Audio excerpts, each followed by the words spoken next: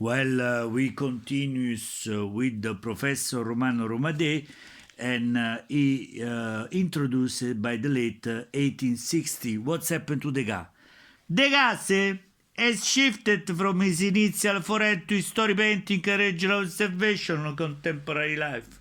Well, Professor, if you please, would you like to read a little bit slowly? D'accordo. Race course provided an opportunity to depict the horse they were running behind the car because they non c'eravano abbiate, no? And the riders in a modern contest. Professor, please, without screw, just be quiet because we are really relaxed today. He began to paint women at work, millionaires and laundresses. And he was exhibited in the salon of 1860. Was his first major work to introduce a subject with which he would become a specially identified dancer, and still the horses were behind him running. In many subsequent paintings, dancers were shown backstage or rehearsal, emphasizing their status as professionals doing a job.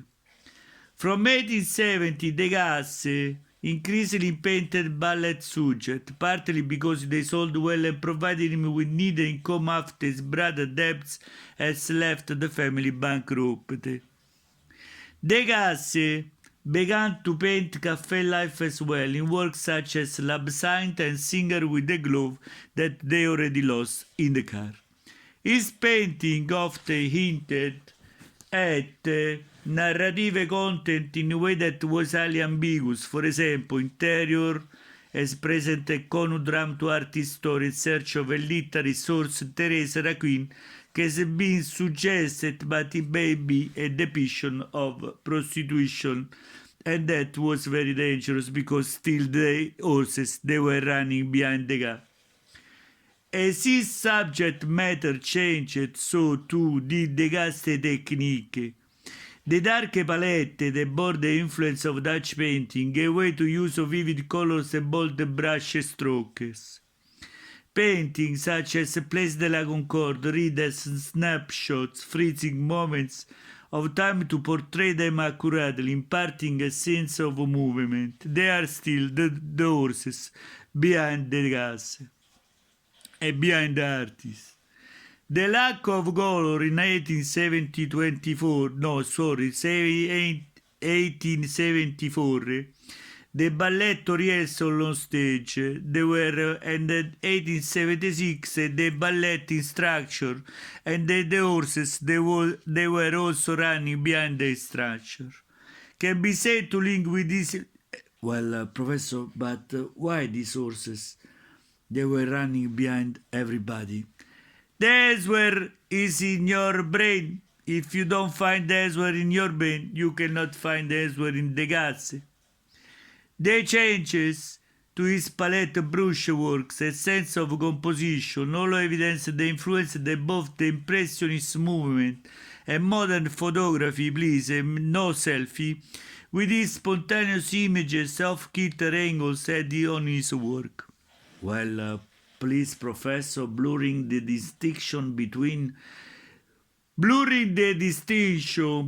portraiture and genre pieces. He painted his bassoon in the fourth chair of the theater, in the orchestra of the opera. He was playing also the flute.